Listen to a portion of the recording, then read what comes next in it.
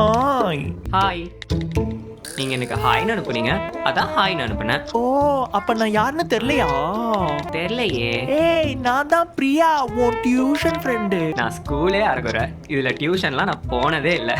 ஐயையோ! சாரி. அப்ப நான் தப்பா டெக்ஸ்ட் பண்ணிட்டேனா? அதானே பார்த்தேன். நம்ம இந்த புசிஸ தவிர எந்த ஏ? இல்ல. இந்த பூனைங்களை தவிர எந்த பொண்ணையும் பார்த்ததில்ல. அதான்.